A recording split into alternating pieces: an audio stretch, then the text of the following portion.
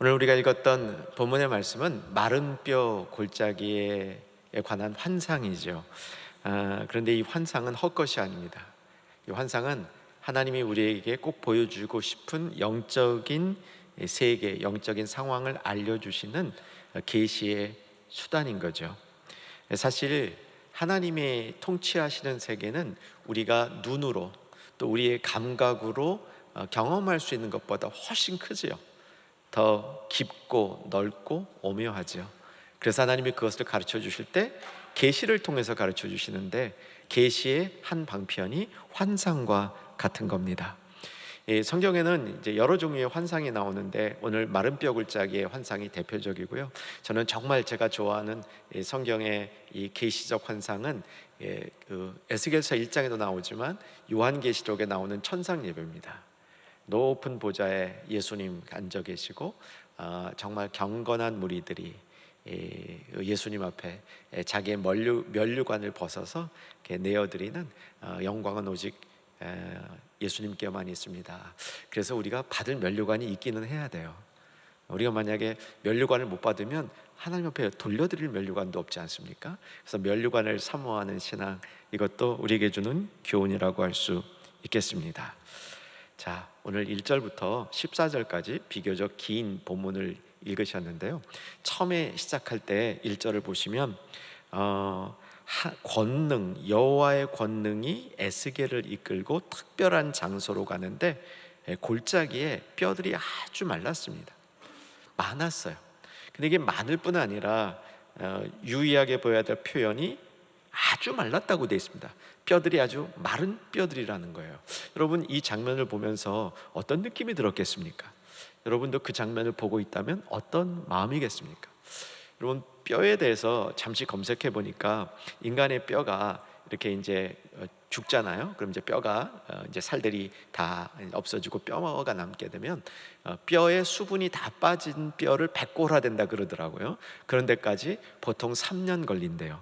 이게 보통 환경에 묻혀 있으면 3년 동안 묻혀 있던 백골화된 뼈들이 대략 10년에서 20년 사이에 이게 다 이제 소멸이 된다는 겁니다. 그런데 어떤 뼈들은요, 그러니까 백골화 될 때 뼈에 수분이 있잖아요. 근데 수분이 빨리 증발되는 거예요. 환경에 따라서 매우 더운 데 있다거나 건조한 데 있다면 수분이 빨리 증발되는 사이에 그 수분을 타고 미생물이 접근하지 못하면 그 뼈는 굉장히 오랫동안 보존이 된다는 겁니다. 자, 이 마른 뼈가 몇 년 동안 있었던 건지 과학적으로 입증할 수 없겠습니다.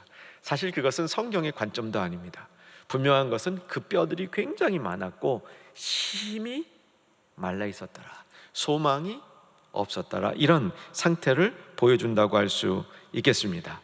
근데 이제 이런 뼈들을 에스겔로 하여금 한번 쑥 둘러보게 한 것이 아니고 자세히 사방을 지나가면서 이 장면들을 다 면밀하게, 요즘 표현으로 말하면 스캔을 쫙 하게 한 다음에 이제 3절을 보시면 묻는 겁니다.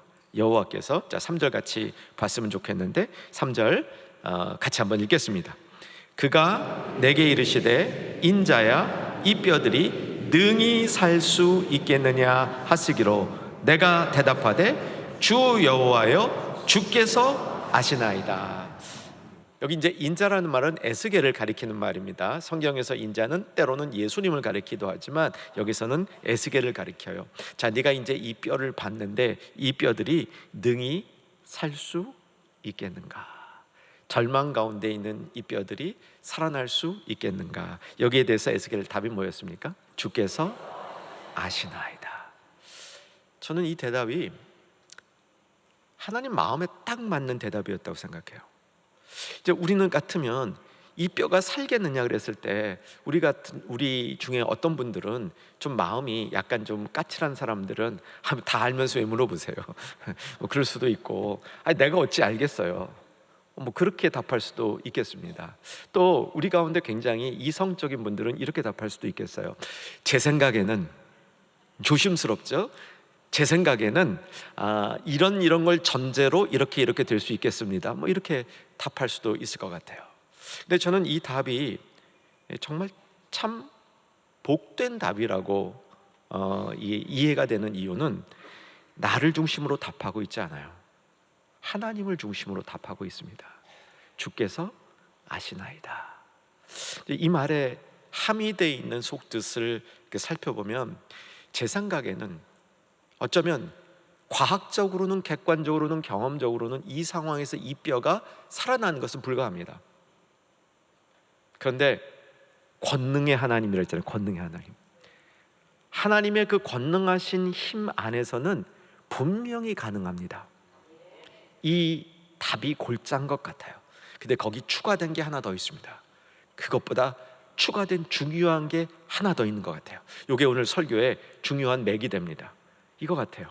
그런데 그 권능의 하나님이 어떻게 하실지 과정 하나하나는 제가 세밀하게 다 모르겠습니다. 주께서 하십니다. 주의 일을 행하시옵소서. 그러면 나는 방관자가 아니라 그 일의 응원자요, 그 일의 참여자요, 그 일의 수종자가 되겠습니다. 이런 뜻인 것 같아요. 자, 여러분, 그런 의미에서 주께서 아십니다. 이 대답을 우리 마음속에 담아 두실 수 있기를 주 안에서 소망합니다. 저희 그 청년 시절에는요, 대학생, 저는 이제 한국에서 대학만 나오고 이민을 갔기 때문에 이제 대학교 시절에는 기도원에 자주 갔어요. 요즘보단 자주 갔습니다. 그리고 기도원도 뭐 조금 충연 기도원 같이 이렇게 좋은 시설은 아니었던 것 같아요. 그래도 우리 젊었을 때 청년 시절에 갔던 기도원은 그거보다는 훨씬 더 열악했고요. 여기저기서 정말 기도하시는 그 기도 소리들이 많이 들렸습니다. 제 경험에 참 특이한 기도하시는 분이 계셨어요. 거의 철야를 하시는데 참 기도 내용이 하나야. 딱 이제 소리를 내서 기도하셔요. 야외에서 철야를 하는데 기도가 어쩌면 그렇게 처음부터 끝까지 변함없이 딱 한 말씀만 하셔요. 주여 아시지 않습니까? 그게 그냥 소리가 높았다 줄었다 높았다 줄었다 할 뿐이지, 그냥 그 주여 아시지 않습니까? 주여 아시지 않습니까? 주여 아시지 않습니까? 이 기도만 하시는 거예요. 그러니까 절박하면 그러겠죠. 주님 아시지 않습니까? 내 형편을, 내 사정을 아시지 않습니까? 빌립보서에 보면 너의 기도를, 너의 간구할 것을 하나님께 아뢰라 그러잖아요. 하나님께 아뢰라. 그러니까 하나님이 몰라서 아뢰는 게 아니라 하나님이 알고 계신데, 그 하나님이 알고 계셔도 네 거를 아뢰야 된다. 이제 저는 그 의미인 줄 알았어요. 그래서 주님 아시지 않습니까? 아시지 않습니까? 이렇게 절박한 기도라고 생각을 했는데, 오늘 이 말씀하고도 연결이 돼요. 하나님 아시지 않습니까? 주님 아시지 않습니까? 이 주님 아시지 않습니까? 그 에스겔의 탑을 저도 제 이제 그 신앙에 좀 적용하려고 합니다. 이게 목회를 하다 보면 참 모를 일들이 많아요. 이 일은 어떻게 해야 됩니까? 또 이 선교지에 생기는 이런 문제는 어떻게 감당해야 됩니까? 교회 성도들의 어떤 형편 중에 정말 잘 모르겠는 건 어떻게 해야 됩니까? 이런 질문들이 참 많아요. 이제 저는 더 과감히 주님께 질문하기로 했습니다. 이건 어떻게 되는 겁니까? 주님이 아시지 않습니까? 주님이 아십니다. 주님이 아십니다. 인간의 생각과 다른 주님의 계획이 있고, 그 계획은 주님이 권능하심으로 반드시 이루어져야 되는데, 그 이루어지는 그 중간 과정을 내가 다 알 수 없지만 어떻게 이루시든지 간에 그 일에 대해서 주님께 감사하며 영광 돌리며 그 일에 참여하며 그 일을 수종드는 사람이 되겠습니다. 이게 에스겔의 마음이었습니다. 주님이 아십니다. 한번 따라 하십시다. 주님이 아십니다. 에스겔의 이러한 응답 가운데 이제 주님이, 하나님이 그 뜻을 행하시는 거죠. 첫 번째가 마른 뼈를 살리는 겁니다. 여러분, 이게 우리가 지금 이렇게 이 이야기를 다 아시는 이야기잖아요. 여기 절대 다수의 성도님들은 이 이야기 처음 듣는 이야기 아니실 겁니다. 아마 이 이야기를 처음 듣는 소위 이제 그동안 성경을 멀리했던 분, 초신자분들은 되게 재밌으실 거예요. 근데 여러분, 한번 이거를 이렇게 보셔야 돼요. 마른 뼈를 보면서 이 마른 뼈는 어휴, 이런 마음이 들었어야 돼요. 그냥 마른 뼈, 하얗게 백골화된 이 뼈들이 예쁘게 있는데 그거 뼈 살리는 게 아니란 말이에요. 여러분, 그런 경험을 하실 수 있어요. 이 어떤 상황을 딱 보면서 어휴, 이거 어떡해? 그런 경험들은 대부분 다 갖고 있어요. 그런 상황 속에서 하나님이 행하시는 겁니다. 자, 이제 어떻게 뼈를 살리는지를 보겠습니다. 7절과 8절인데 이건 동영상입니다. 동영상. 이 동영상처럼 보셔야 됩니다. 글로 읽으시기보다는 동영상으로 여러분 머릿속에 만들어서 읽으셔야 돼요. 자, 7절 제가 읽어갑니다. 이에 내가 명령을 따라 뭐하니? 대언하니. 대언이라는 게 뭐냐면 하나님이 하신 그대로 나는 그것을 내 안에서 해석하는 게 아니라 그냥 나를 통해서 그대로 하나님의 뜻이 전달될 수 있도록 하는 게 대언입니다. 이게 에스겔이 잘하는 거예요. 이게 마음이 깨끗하지 않으면 못합니다. 이게 하나님의 뜻을 사모하지 못하면 대언을 할 수 없어요. 자꾸 거기에 자기 해석이 들어갑니다. 대언을 하니까 역사가 일어나는 겁니다. 대언할 때 첫째 뭐였습니까? 소리가 나고 움직여요. 그리고 이 뼈 저 뼈가 들어맞아 뼈들이 서로 연결돼요. 이게 이제 첫 장면이에요. 이거 보세요. 사람이 죽어서 이제 거기 시신이 던져진 거예요. 이제 살이 다 썩 없어졌어요. 뼈만 남았어요. 이제 뼈가 여기저기 흩어져 있어요. 그러니까 이제 시간이 한참 지나면 요 사람이 그대로 거기에 던져졌다 하더라도 이 뼈들이 흩어지겠죠. 어떤 뼈들은 꽤 많이 흩어져 있을 것 같아. 그러니까 어떤 사람의 시신은 해골하고 저 다리 정강이하고 뭐 한 200~300m 떨어져 있을 수도 있겠죠. 뭐 바람이 불고 뭐 그런 어떤 자연이 이렇게 이 역사에서 그럴 수 있겠죠. 그럼 뼈가 맞춰질 때 어떻게 되겠어요? 그 뼈들이 남의 뼈 그냥 대충 짝 맞는 것 같고 이렇게 된 거예요. 그게 아니고 자기 거 찾아가는 거예요. 자기 거. 그러다 보니까 이게 아주 난리가 난 거야. 난리가 났을 것 같아. 난리가. 그 뼈들이 막 이렇게 여기저기서 움직이면서 그게 뼈들이 맞춰지는 이 소리가 이게 참 요란하게 났을 것 같아요. 저는 그 소리가 참 멋지게 들렸을 것 같아요. 그래서 뼈들이 맞춰진 겁니다. 자, 그 다음에 이제 8절 뼈가 맞춰진다면 어떤 일이 일어났을까? 8절은 같이 읽겠습니다. 내가 또 보니 그 뼈에 힘줄이 생기고 살이 오르며 그 위에 가죽이 덮이나 그 속에 생기는 없었더라. 자, 이제 뼈가 맞힌 다음에 뼈와 뼈가 연결하니까 힘줄이 붙었고요. 힘줄 위에 살이 덮여졌습니다. 그리고 그 위에 뭐가 붙었어요? 가죽이 뭐예요? 우리말로? 피부죠? 그럼 여러분 뭐 피부 관리한다 그러시지 가죽 관리한다 그러진 않으시죠? 이제 여기 가죽은 피부를 얘기하는 겁니다. 피부. 살결이 딱 붙어져서 이제 사람이 됐는데 이제 거기 뭐가 없어요. 이게 중요해요. 이게 한 번에 생기까지 다 들어가진 않았습니다. 그래서 2차 대언을 하는 겁니다. 2차 대언. 자, 2차 대언이 9절입니다. 9절 같이 읽겠습니다.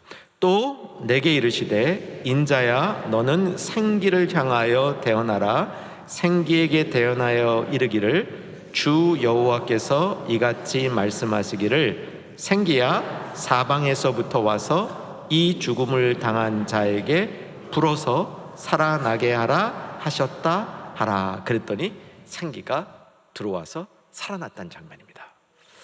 이게 생기가 뭘까요? 생기는 그냥 우리말로 생기 이러면 활기찬 에너지 아닙니까? 어떤 이제 뭔가 하고 싶고 의욕 같은 거죠. 의욕. 그리고 의욕을 감당할 수 있는 실질적인 힘, 에너지 이런 것들을 의미하겠죠. 여러분 생기가 있기를 원하십니까? 원치 않으십니까? 이런 말한 대로 되리라. 네. 모든 사람들은 생기가 있기를 원하죠. 현대인들은 누구나 이렇게 좀 아주 활동력이 있고 활발하게 살기를 원하지 힘이 없이 쭉 처져 살기를 원하지 않습니다. 아마 우리 중에도 정말 이렇게 좀 활력 있게 살기를 원하는 분들이 대부분일 거고요. 그러기 위해서 보조식품을 섭취들 하실 겁니다. 여러분 보조식품을 섭취하는 이유는 병에 걸리지 않기 위해서만이 아니죠. 물론 면역성을 높이기 위해서 보조식품을 이제 섭취를 하는데 사실 여러분 보조식품 열심히 드시죠?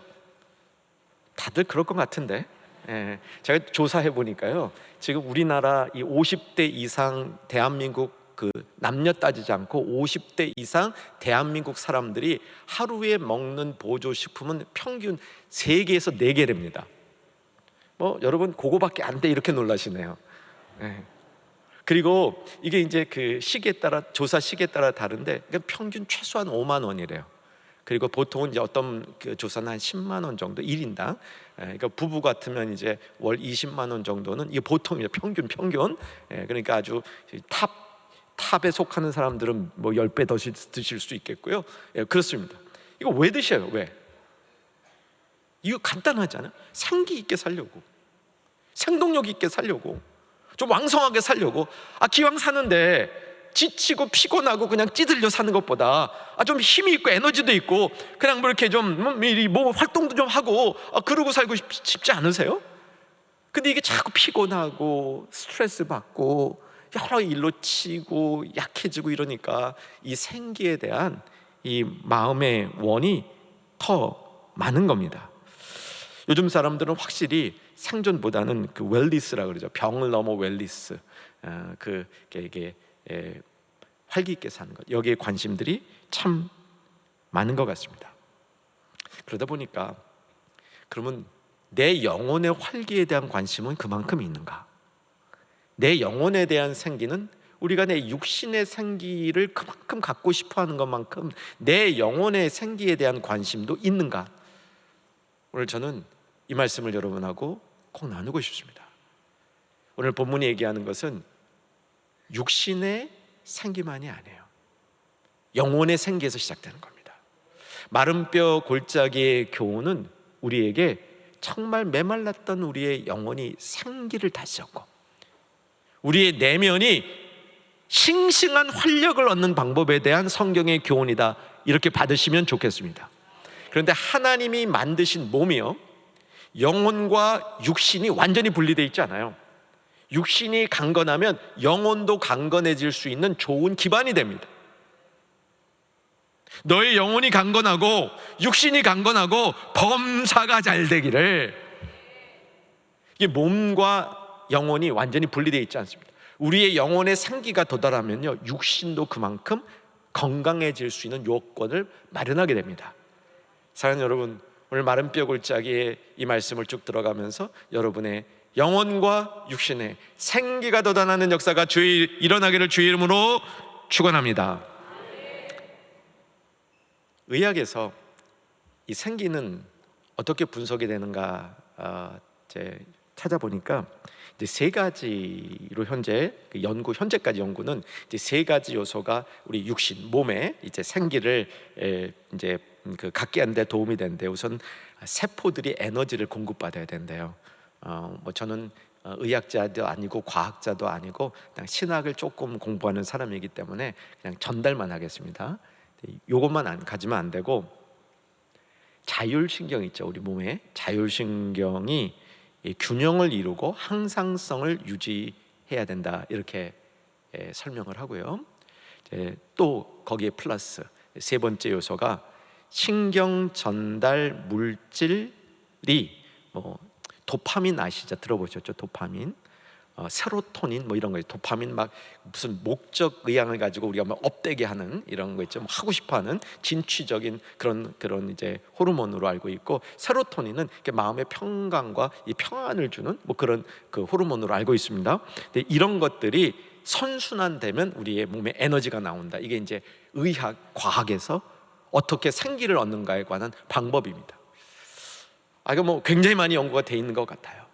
그래서 또 더 검색해 봤습니다. 그래서 이제 꼼꼼히 따지면서 검색해 봤어요. 그래서 이렇게 연구가 많이 돼 있고 엄청난 걸 안 것 같은데, 거기서 만드는 어떤 이런 이런 상품, 물질 이런 걸 가지고 이 경제적 이득도 굉장히 많이 얻는 것 같은데, 그래서 전체 이 인간의 생기 구조 가운데 지금 과학이 알고 있는 건 몇 퍼센트 되냐고 따져 물었더니 10% 안 될걸요 그러는 거예요. 10% 안 될걸요? 사실 많은 부분이 그럴 겁니다. 지금 과학이 그렇게 발달한다 하더라도 하나님이 만들어 놓은 창조 세계에 대해서 몇 프로나 알 거냐? 저는 대부분 다 10% 미만이라고 제가 보긴 보여요. 과학이 발전 안 될. 자, 그러면 제 생각은 이겁니다. 이 생기에 대해서도 의학이 이렇고 과학이 이렇고, 그런데 진짜 중요한 생기는 성경이 가르쳐주는 생기에 대해서 배워야 됩니다. 오늘 본문에 나오는 이 생기라는 말은 이제 히브리어로는 루아흐라는 말입니다. 루아흐. 예. 또 한 번 따라 하십시다. 루아흐. 네, 되셨죠? 지난번에 에하드 하셨죠? 에하드, 순전한 마음 할 때. 이 루아흐라는 말은 아마 히브리어로 알아야 될 10개 단어 중 안에 들어가는 중요한 단어입니다. 이 생기는 사실은 영이야의 영. 근데 이 영이 성령님을 뜻할 수도 있어요. 히브리어에서 루아흐라는 이 영, 생기에 해당하는 이 말은 세 가지의 의미로 주로 쓰입니다. 첫째는 바람, 둘째는 호흡, 셋째는 생명력, 생명을 주는 영, 이렇게 정리가 됩니다. 이제 입력되셨죠? 근데 오늘 이 본문에 보게 되면 마른 뼈 골짜기에서 이 마른 뼈들이 살아날 때 루아흐, 이 생기가 중요한 역할을 하는데, 이게 바람, 호흡, 생명력, 이 세 가지 역할을 거기서 다 하고 있어요. 자, 한번 다시 봅니다. 본문으로 돌아와 주셔서 9절 다시 보시면 생기에 대한 대언이 떨어집니다. 중간 부분에 사방에서부터 와서 죽음을 당한 자에게 어떻게 해서? 불어서, 바람처럼 불어지는 거죠. 이제 사방에서 바람처럼 와가지고, 그리고 그 안에 호흡처럼 불어넣어 주는 거예요. 그러니까 그 다음에 어떻게 돼요? 살아나잖아요. 바람, 호흡, 생명력, 거기 다 있죠. 그래서 이 생기가, 여기서 나타나는 이 생기가 그냥 우리가 그 육신적으로 의학적으로 말하는 어떤 기운, 단순한 에너지를 떠나서 하나님이 인생에게 주시는 생명의 능력까지, 진짜 우리의 내면도 살리는 그 생기, 육신에 주어지는 그 활력이 아니라 그것을 넘어서서, 그것을 포함해서 우리의 영혼까지 살리는 그 힘, 그 생기, 그 생기를 불어 넣어 주시는 겁니다. 어디에? 마른 뼈에. 자, 오늘 이 시간에 예배드리고 이 말씀을 듣고 경청하는 여러분, 주님 앞에 나온 여러분들에게 마른 뼈 골짜기에 있었던 생기가 우리들에게도 와서 부러져서 살아나게 하는 역사가 일어나기를 주의 이름으로 축원합니다. 이 얘기를 이렇게 잘 보니까 어디서 좀 보던 듣던 이야기 같지 않을까요? 어디서 이 경험, 이게 있냐면, 처음에 하나님이 아담을 창조하실 때 그때 이야기하고 굉장히 겹쳐집니다. 사실은 이제 에스겔서를 이제 쭉 공부할 때 이 부분을 보니까 거의 대부분의 학자들이 마른 뼈 골짜기에 그 마른 뼈에게 생기를 넣어주던 그 생기가 아담을 만들 때 하나님이 아담의 코에 불어넣어줬던 그 생기와 일치한다고 보고 있습니다. 아주 그냥 완전히 일치한다는 걸 이렇게 증명해내는 논문들이 많아요. 자, 한번 보겠습니다. 창세기 2장 7절 같이 읽겠습니다. 여호와 하나님이 땅의 흙으로 사람을 지으시고 생기를 그 코에 불어넣으시니 사람이 뭐가 돼요? 생명이, 살아있는 영이 된다. 살아있는 영, 생명은 살아있는 영이 됐다는 거예요. 코에 생기를 불어넣으시니 바람, 호흡, 생명 나타나지 않아요? 여기 생기, 그러니까 마른 뼈 골짜기의 생기는 아담을 흙으로 지으시고 진짜 아담이 살아 움직이는 영혼의 인간이 되도록 만드실 때 불어주었던 그 생기를 기억나게 하는 겁니다. 창세기 2장 7절 하나님이 세상을 만드신 그 만드심의 방법으로 지금 이 마른 뼈들을 다시 창조하고 있다는 거예요. 다시 창조. 여러분, 하나님이 다시 창조하는 역사의 힘이 있으시다 믿어지십니까? 그러면 내 인생이 메말라 비틀어졌을 때, 내 인생의 소망이 많이 끊긴 것 같을 때, 내가 이렇게 메말라 살 수는 없는데 여기서 탈출하고 싶을 때 하나님이 여러분의 마른 뼈와 같은 영혼을 다시 생명하게 하실 수 있다 없다? 주님이 하십니다. 하실 수 있죠. 그걸 보여주는 거예요. 만약에 이 마른 뼈 골짜기의 이야기가 없었다면 어쩌면 창세기 2장의 생기가 아담에게 부어진 사건은 그때 한 번 있었던 사건이라고 우리가 생각할 수 있어요. 다시 우리에게 일어날 수 없는 사건이라고 말할 수 있겠습니다. 그런데 마른 뼈 골짜기의 이 사건 속에서 그 일이 재현되므로 하나님의 재창조의 역사는 이 시대에 우리에게도 임할 수 있다. 이것을 보여주는 소망의 메시지라는 사실을 믿음으로 받으시기를 바랍니다. 자, 그러므로 우리에게 적용되어야 될 도전이 있습니다. 여러분, 매주일 주님 앞에 나와서 예배드릴 때마다 영혼과 몸이 소생되어지는 역사를 경험하기를 주의 이름으로 부탁드립니다. 아담을 창조하실 때 그 코에 생기를 불어넣어 주셔서 그 사람이 생명이 된 것처럼 우리에게 생기를 부어주시는 그 하나님을 따라서 매주 소생되어지는 주변의 가족들 되기를 바랍니다. 네, 오늘 이 말씀의 이제 또 다른 면은 뭐냐면 마른 뼈 골짜기잖아요. 이 뼈가 한 개인이 아니에요. 한 개인이 아니고 이게 뼈들이잖아요. 뼈들이 만들어지는 거. 자, 한번 11절을 봤으면 좋겠습니다. 본문 11절 같이 읽겠습니다. 또 내게 이르시되 인자야 이 뼈들은 이스라엘 온 족속이라. 여기까지만. 이 뼈들이 이스라엘 온 족속이에요. 그러니까 어떤 한 사람에게 내 개인적으로 메말랐던 나의 영혼, 거의 멸절되었던 나의 영혼이 소생되어지는 것을 보여줄 뿐만 아니라 민족이, 나라가, 민족이 마른 뼈와 같이 되어 있던 민족이 소생되어지는 이야기도 보여준다는 겁니다. 오늘 토요일이 8월 15일 광복절입니다. 몇 주년인지 빨리 계산이 되십니까? 81주년입니다. 요즘 이렇게 광복절에 대한 어떤 느낌이 요즘 세대들은 많이 줄어든 것 같아요. 근데 그도 그럴 게, 생각해 보니까 일제 강점기를 경험적으로 이렇게 알고 있는 분들은 1930년대생들이세요. 이제 1940년대 초반도 강점기지만 그때 너무 어렸기 때문에 일제 강점기가 뭔지 거의 기억들이 없으실 거예요.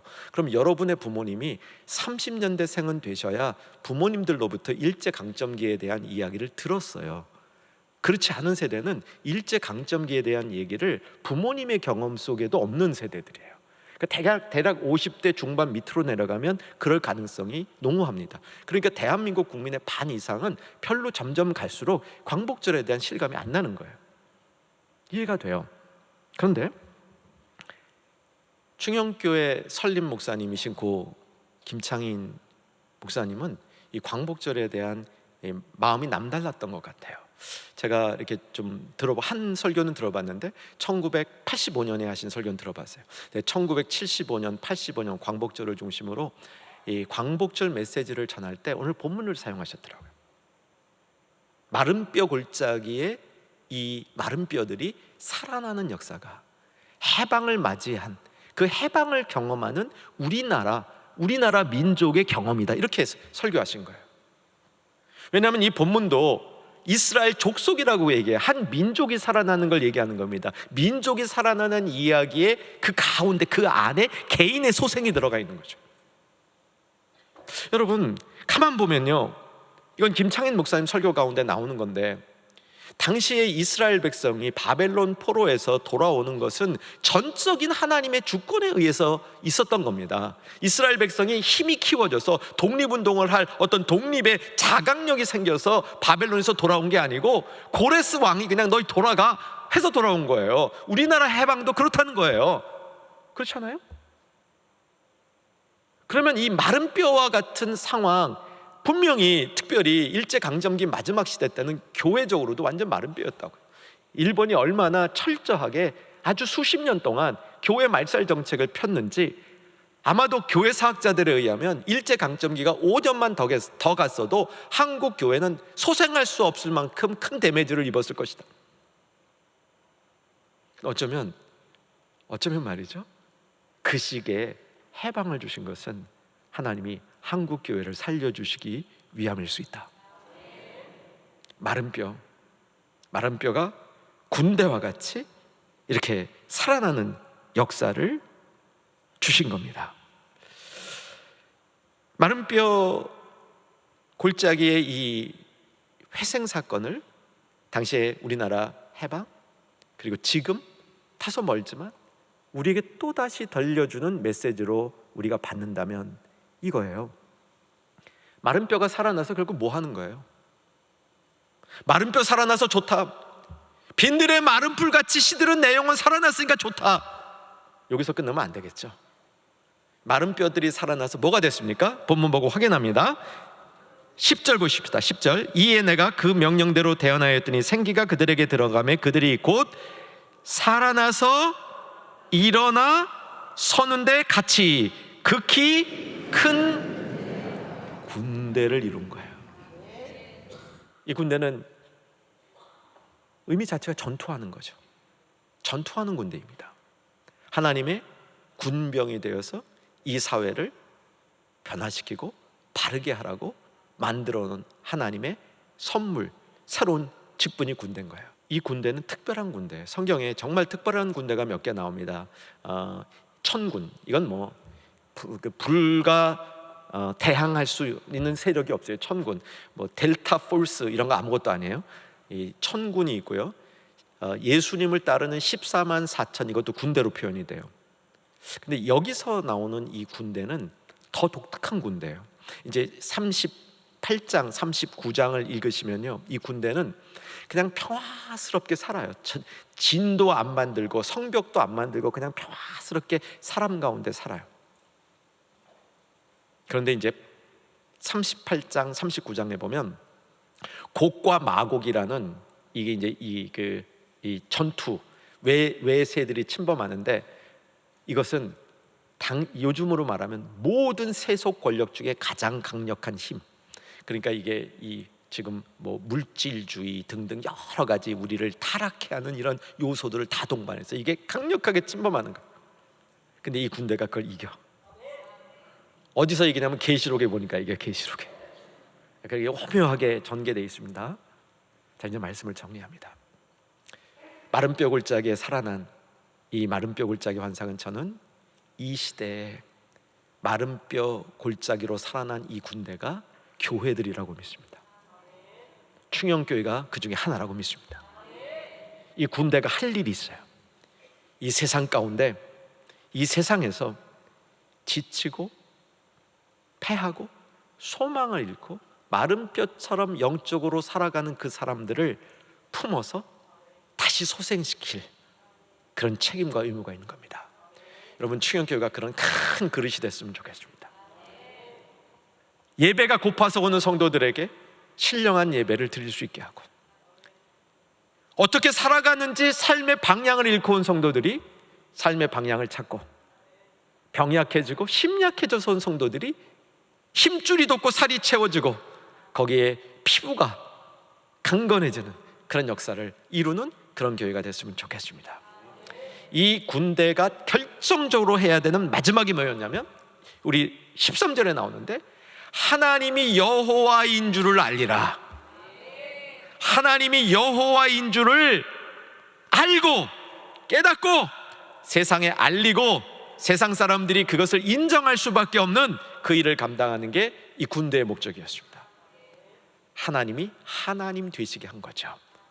여러분, 마른 뼈 골짜기에 말씀을 따라서 내 영혼의 마른 뼈와 같은 삶이 소생되어지고, 우리 교회들이 마른 뼈와 같은 상태에서 허덕이고 있는 이 세상을 향해서 주님의 군대로서 나가는 복된 축복 있기를, 내 안에 하나님이 하나님이신 것이 100% 확실하게 선포되어지고 확인되어진 성도 되어주시기를 주의 이름으로 축원합니다.